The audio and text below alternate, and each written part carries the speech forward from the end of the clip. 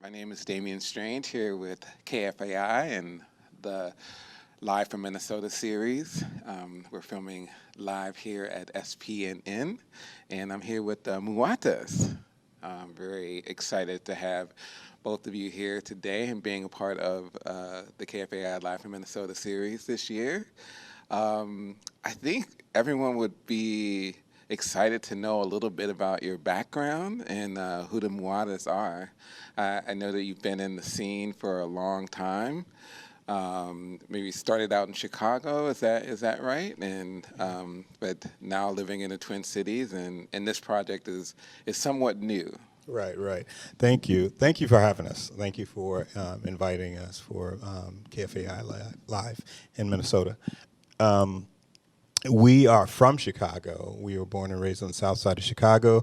And at the time that we first moved to Minneapolis, I was in another band, kind of like basically a black punk band.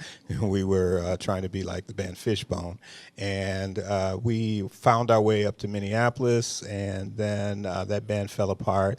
And Ayanna and I and another member of that band, John Scott, as well as Ron Clark, we formed a different band. It was more like a industrial, electronic, house music, electronic band, all kinds of things. Hybrid. Back in 1989, and that band was called Cold Front. Do you want to say a little bit more about that at all? Yeah, no, it was industrial dance, and it was kind of a great mix of what it was that we were passionate about, which was, come from Chicago, and especially south side of Chicago. House music was in our blood, right? But we also had this draw to alternative style sounds and progressive music that was out there, and punk and post-punk, that started to come out. And so we wanted to put our own spin to that dance music, and that's kind of how we came up with the Cold Front sound, just kind of a lot of the same rhythmic patterns that you'd have in house and dance, but also with a lot of the clanging, metallic, kind of industrial sounds. It made it just more hardcore. Mm-hmm. I love that, and obviously there's still some of that present in the Muatas sound.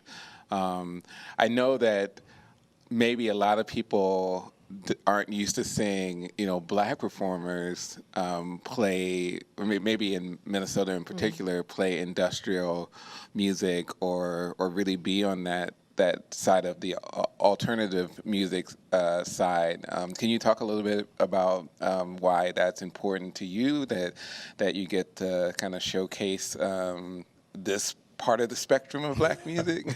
Hey, well, it's kind of like Ayanna was saying. Back in Chicago, we pretty much, there was so much music going on. Chicago has a rich music tradition, and they used to play everything on the radio back to back, regardless of genres. Like there's a legendary Chicago DJ who's passed on now, called Herb Kent.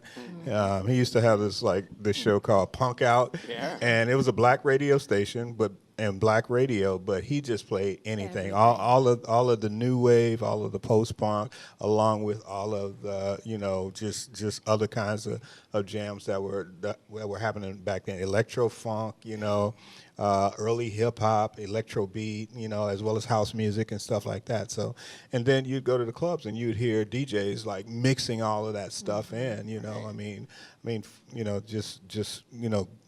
great DJs, classic DJs, Frankie Knuckles, Ron Hardy, they would mix all that stuff in, and you didn't know who made it. You just knew. You just knew what sounded good. Yeah, what sounded good. And we were spoiled because coming from a big city like Chicago, and I know Atlanta and other places too, we had good radio stations. I mean, really good radio stations. And so then the music that would make it to the clubs and even the underground, we just had such a mix of jazz, blues, gospel, house, alternative, punk, post-punk, electronic. What am I missing? It was just everything. So it was hard to imbibe all that and not have that just sort of start to take shape in just about every way that we identify, not just musically, but as artists and just as human beings, how we move through the world. That's all a part of who we are. Yeah, and back then, it's, we were we were still typical Southside kids, but we partied all over the city. So you go to certain parts of the city, North Side or just things like that, and just discovering just different ways of being and just vibing with it. And we brought that same sensibility up here to Minnesota.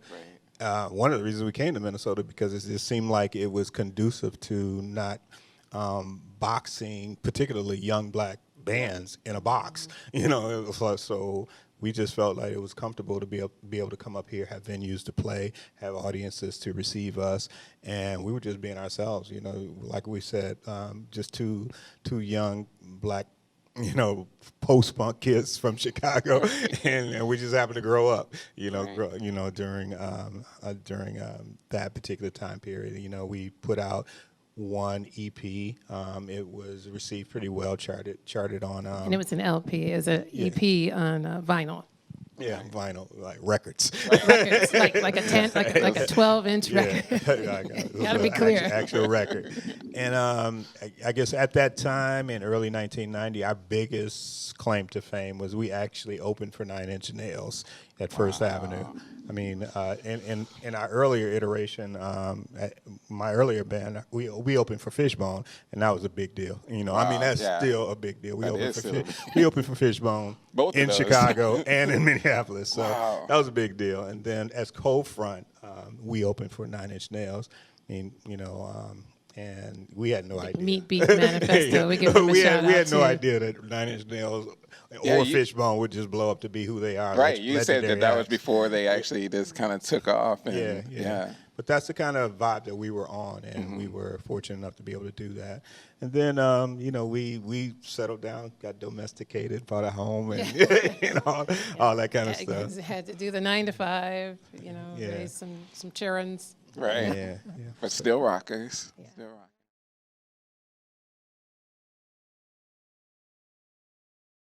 This new project, Muatas, is newer and kind of got started right before the pandemic, right? Yeah, 2019.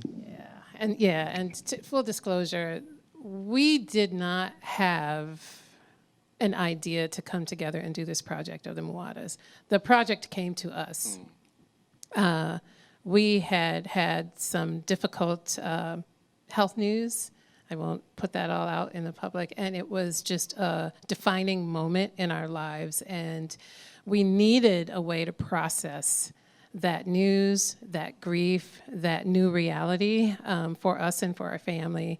And so that was the beginning of our own personal pandemic. And so 2019, as we were processing the horror of that news and just how we were going to move through that, songs started coming, melodies started coming. I would find myself in the kitchen humming, and then we'd be writing and then crying and then writing and then humming and then pick up your guitar and, oh my God, here's a song coming. And it's almost like you can't catch it. And after we did that about 4 times, and we just thought we were just moving through grief, moving through trauma, moving through our new reality, that's when a few months into it, we said, I think we have a project.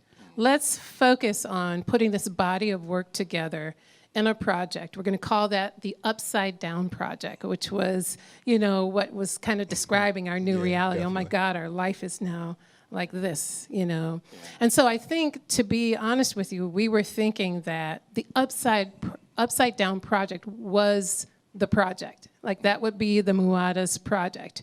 And then it would just be done. It would be a thing that we did and we released. But we found in time that the songs just kept coming. The songs they kept coming. We released that project.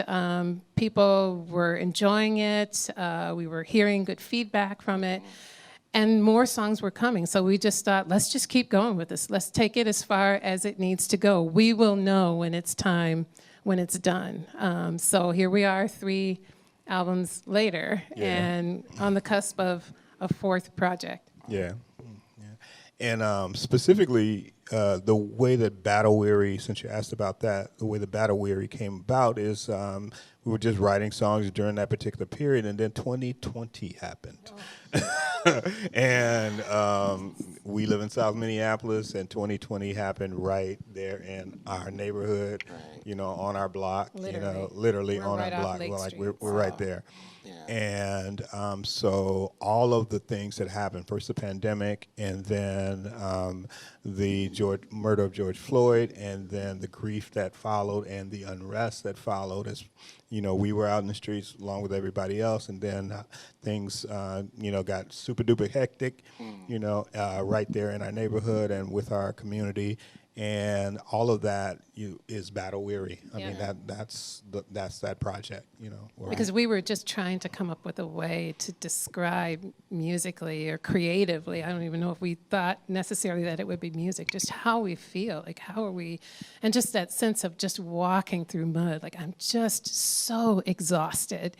And it's not just our story. There's so many people who have gone through what we've gone through, especially in the Twin Cities area, who feel that sense of just weariness, just a sense of being completely and utterly spent, So the Battle Weary project kind of came out of that, just in the same way as our personal pandemic pushed songs out. Songs just started to come out, even in the middle of the night. You get up to go to the bathroom. It's like, oh, there's a cat. Okay, oh, there's a song. Let me grab the notebook and catch it before it's gone, Yeah, and one of the ways that I describe it too is, a couple of ways I describe it is that it was the songs themselves are a way to speak to the darkness, a way to not be consumed by all of the things that we were going through, the emotional turmoil as well as the physical things that were happening. Just a way not to be engulfed in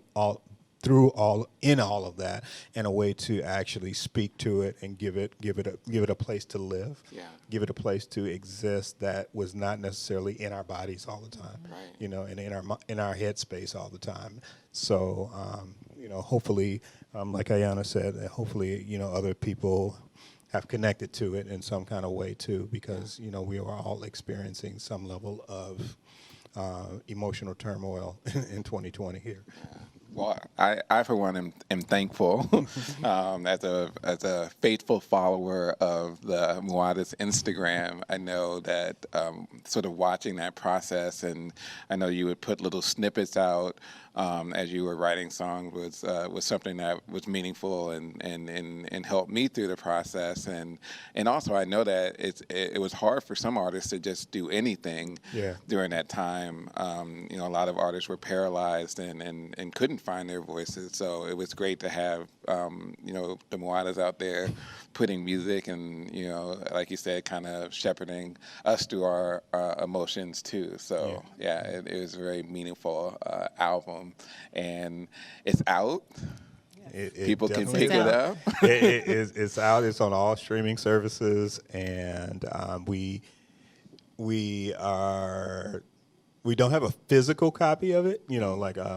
But don't have the vinyl Yeah, yet. we haven't done any vinyl yet. We don't have the vinyl yet. Since COVID. But it's on all streaming services, and we do have for the Upside Down project, we do have that on CD too for people who collect, and eventually we're going to do the same for Battle Weary, put it on to a hard copy of something. Yeah, we're old school. We like to have something you can touch. Tangible. Tangibles. And we have a music video that was shot and edited by our son. Right. Terry Very talented. talented filmmaker. And so, we're just trying to, connect with others who are, like you said, finding their voices in the midst of a lot of things that are going on in our world today. And hopefully, connecting with people who can try to make a difference too, like in whatever way, shape, or form their activism and our activism takes place. So. Great. Yeah. Well, we're so excited to have you again. Thank you so much, Cam and Ayana, for being a part of KFAI's Live from Minnesota again. We look forward to hearing more from you in the future, and I hope that we'll just follow you and see how far this project goes. Thank you. Yeah, Well, thank you very much. Dameun. Thank you, KFAI. Thank you, SPNN SPNN. Studios. Definitely. Thank you all. Yeah. Thank you.